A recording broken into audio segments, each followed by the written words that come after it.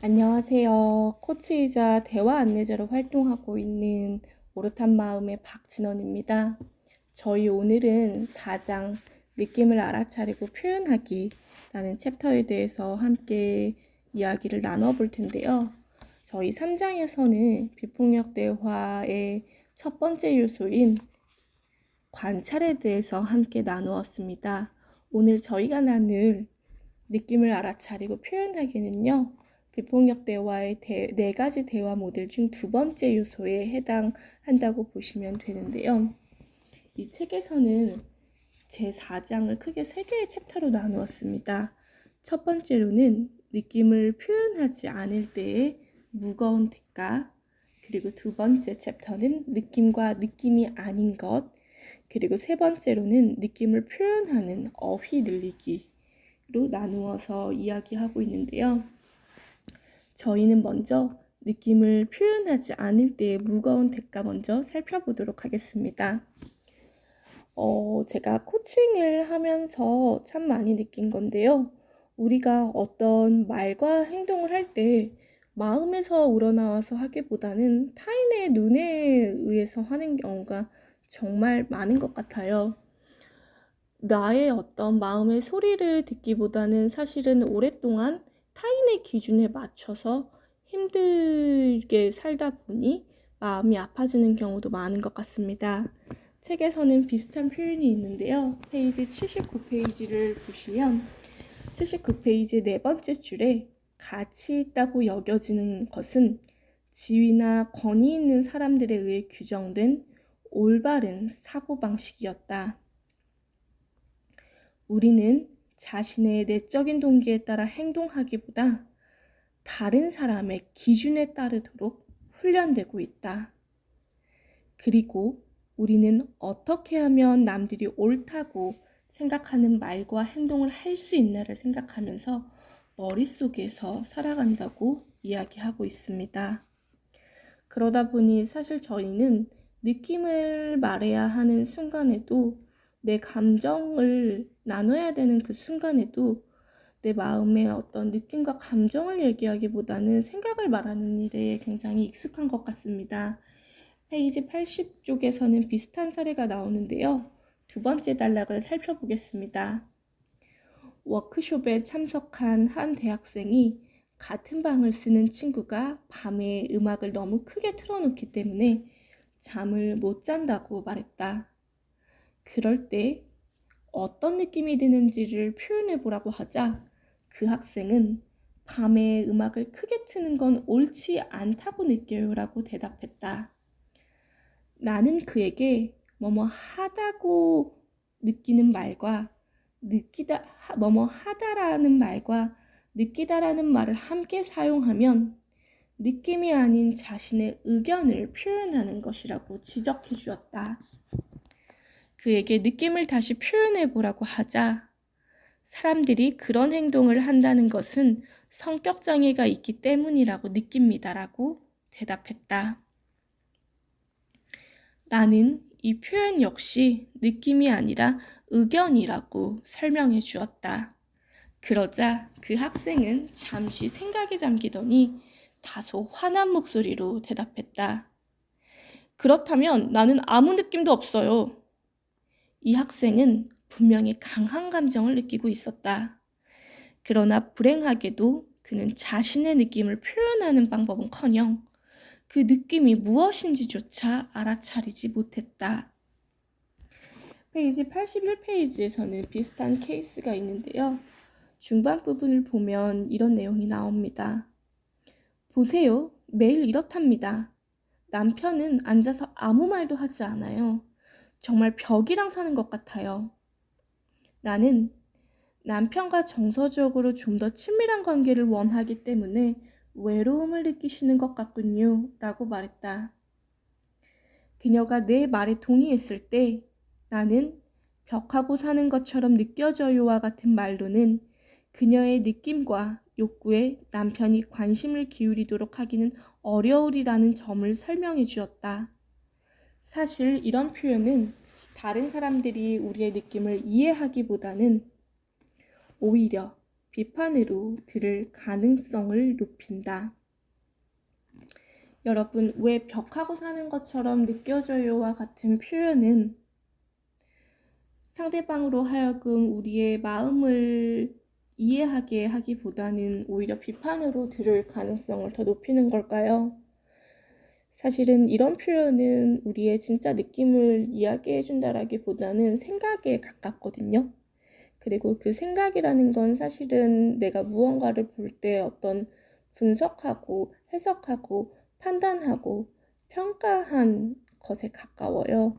그렇기 때문에 많은 사람들은 우리가 느낌이나 감정을 이야기하기보다 생각을 얘기할 때는 나를 비판한다고, 나를 비난한다고 생각하기가 참 쉬운 것 같습니다. 그러면서 더욱더 갈등의 골이 깊어지는 경우를 정말 많이 보았는데요. 그래서 책에서는 페이지 85페이지부터 느낌과 느낌이 아닌 것을 구별할 것을 이야기합니다. 페이지 85의 첫 번째 단락을 보면요. 우리는 느낀다라는 말을 쓰면서도 실제로는 느낌을 표현하지 않을 때가 많다. 예를 들자면 나는 공정한 대우를 받지 못했다고 느낀다 라는 말에서 느낀다를 생각한다로 바꾸면 의미가 좀 더 명확하게 전달될 것이다. 자, 여러분, 나는 공정한 대우를 받지 못했다고 느낀다라는 말은 정말 느낌을 나타내는 말일까요? 오히려 이것은 나는 공정한 대우를 받지 못했다고 생각한다 로 바꿔도 굉장히 무방하죠. 아무런 지장이 없죠. 그래서 사실은 이것은 정말 느낌을 이야기한다라기보다는 생각을 말하는 일에 가깝습니다. 이 문장이 정말 느낌을 이야기하는 것이 되려면 나는 공정한 대우를 받지 못했다고 느꼈기 때문에 마음이 참 좌절스러웠다. 혹은 나는 공정한 대우를 받지 못했다는 생각이 들어서 마음이 정말 속상했다로 바꾸신다면 생각보다는 느낌을 말하는 일에 가까워집니다. 그러면서 책에서는요, 일반적으로 느낀다라는 말을 다음과 같은 말과 함께 쓰면 느낌이 정확하게 표현되지 않는다라고 얘기하면서 3가지 팁을 주고 있습니다. 이 부분은 여러분이 책을 통해서 한번 확인해 보셨으면 좋겠습니다. 그러면서 아랫단락에서 이런 표현이 나옵니다. 반대로 느낀다라는 말을 전혀 쓰지 않으면서도 자신의 실제 느낌을 표현할 수 있다. 짜증스러운 느낌이다 대신에 단순하게 짜증난다라고 표현할 수 있다. 라고 책에서는 이야기하고 있습니다.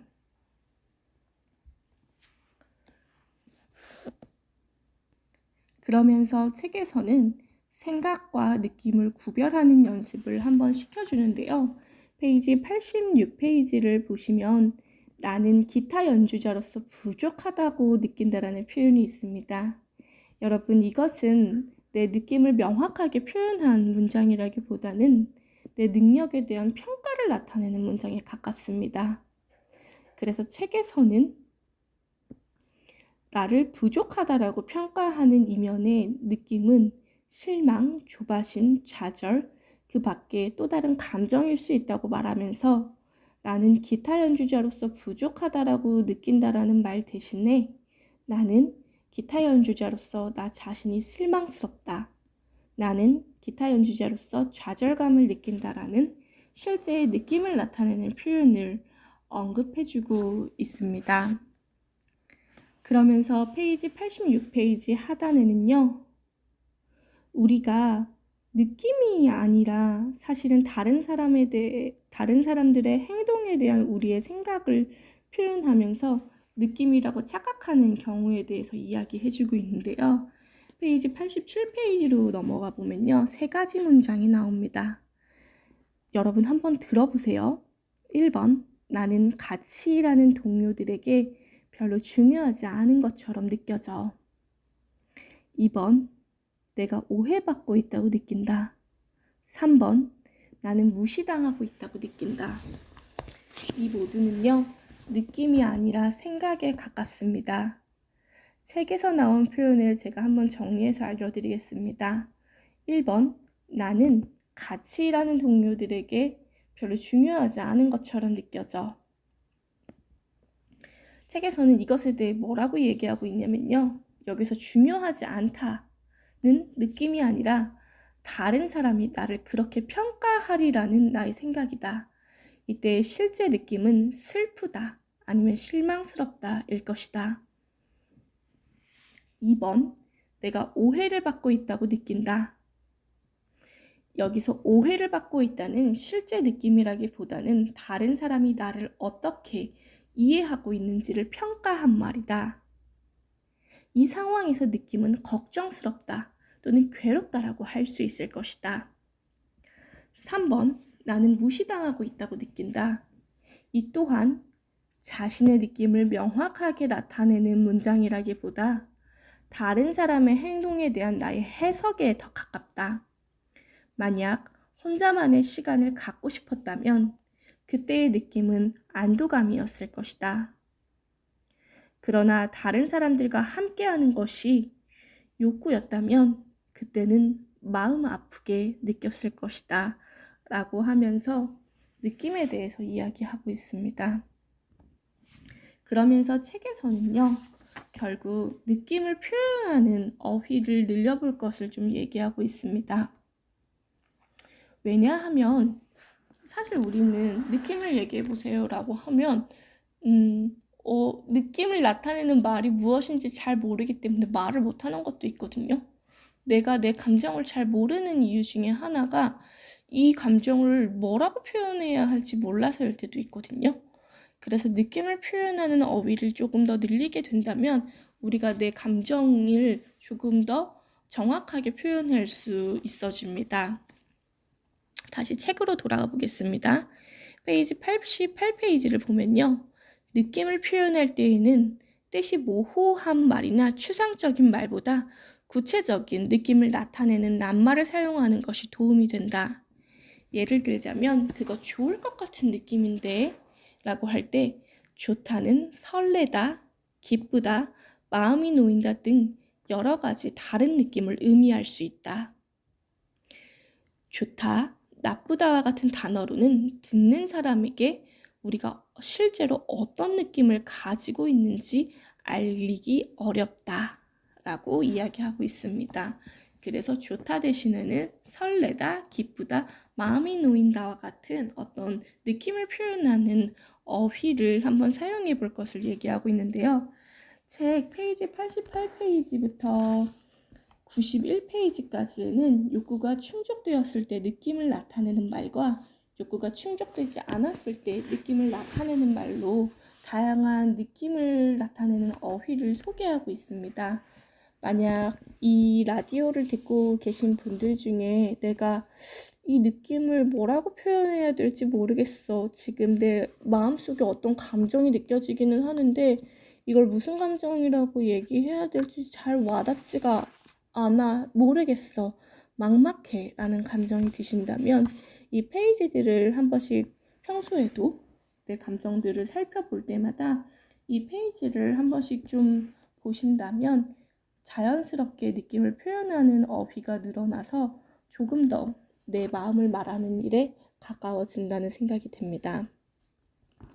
여러분, 저희 제4장 느낌을 알아차리고 표현하기 어떻게 들으셨나요?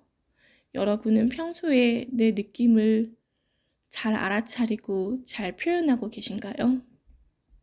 그리고 상대가 하는 말 속에서 그 사람의 느낌을 잘 알아차리고 표현하고 계신가요? 궁금합니다. 저희 4장은 여기서 마치고 5장으로 다시 만나겠습니다.